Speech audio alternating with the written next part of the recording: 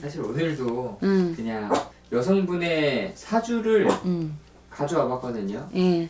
일단 사주부터 바로 말씀드릴게요. 네네.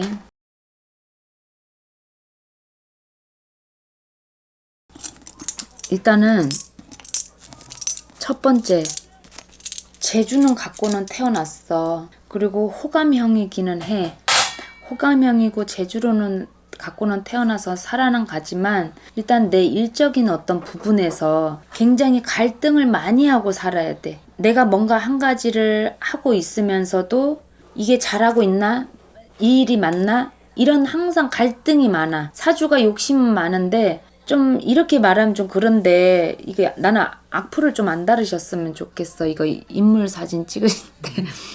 이게 제가 본 이 점사를 말씀을 드리는 거니까. 이 사람이 남자복은 없어. 아, 남자복이 없나요? 남자복도 없고 뭔가 될성 싶으면 내게 안 되고 될성 싶으면 내게 안 되는 그런 거를 갖고 있어. 그러니까 흔히 말하면 어떤 부딪힘, 마찰, 충돌 이렇게 충살처럼 이런 걸 갖고 있어 여자가.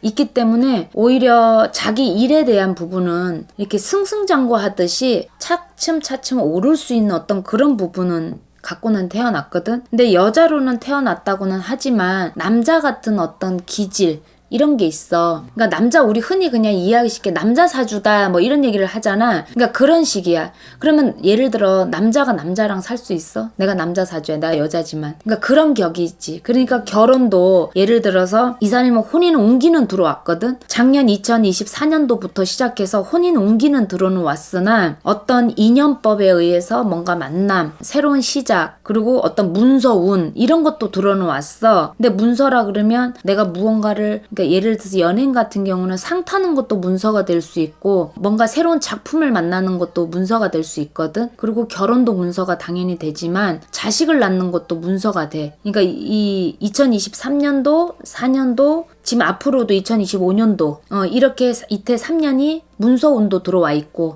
그리고 어떤 혼인에 대한 이런 운도 들어는 와 있어. 근데 당사자가 누가 될지는 모르겠지만 이 사람은 혼자 살아가는 게 그렇다고 평생 혼자 살아라 이 얘기가 아니라 내가 어느 정도 일에 대한 부분에 안정선을 취할 때까지는 자기 기본적인 만족이라고 할까?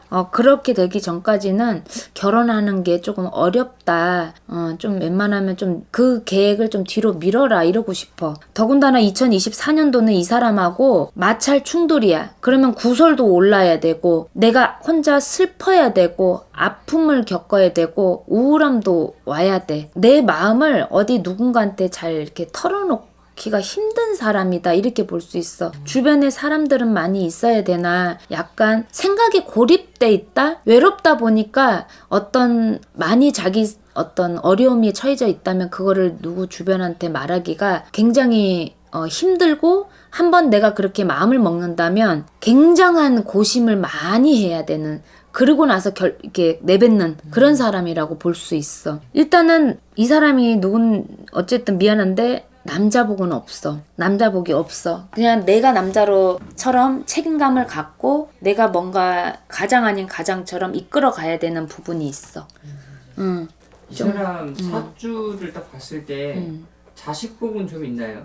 아까도 얘기했지만 2023년도, 2024년도, 2025년도에는 문서운이 있어. 그러면 자식에 대한 어떤 기운들은 들어와 있다는 얘기고 그리고 자식 복이라고 치자면 이 사람이 말년복이 좋다 이렇게 볼 수 있거든.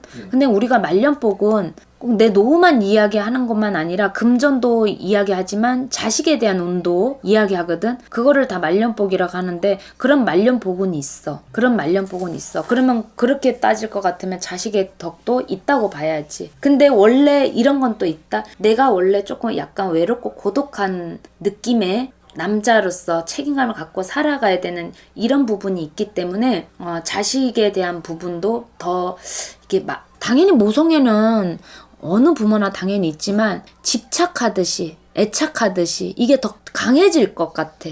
더 집착하듯이 애착하듯이 더 강해질 것 같아. 자식에 대한 어떤 부분에서.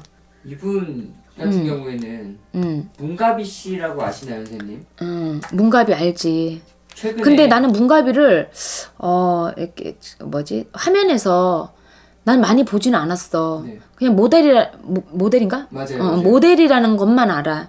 모델이라는 것만 알고, 그리고 누구냐? 정우성.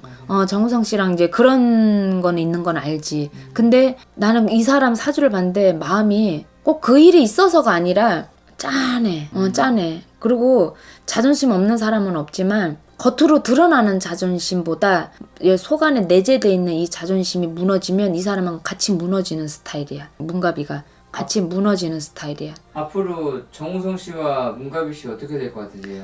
매스컴에서도 나왔지만 정우성 씨가 얘기했잖아. 아버지로서 뭐 최선을 다하겠다. 최선을 다하겠다고 얘기를 했잖아. 그러니까 말 그대로 그렇게만 한다는 거지. 그러니까 내가 아까 그랬잖아. 이 팔자는 남자복이 없다 그랬잖아. 남자복도 없지만 내가 가장 아닌 가장이 돼야 된다 그랬잖아. 여자로 태어났지만 남자 사주라고. 그러니까 결국은 남편이 있어도 예를 들어서 둘이 결혼을 한다 그래도 거의 따로따로 살아갈 쇼윈도 부부처럼 살아갈 확률이 크고, 그리고 이미 정우성이 종집을 찍었잖아. 아버지로서만 내가 역할을 하겠다. 그러니까 그리고 문가비는 차라리 내가 이렇게 말하긴 좀 그런데 이거 악플 달리면 어떡하지? 다른 사람을 만나서 살아가는 게 더 낫다라고 봐. 다른 사람을 만나서 살아가는 게 더 낫다고 봐. 왜냐면 어떻게 보면 혼외자를 놓은 거잖아.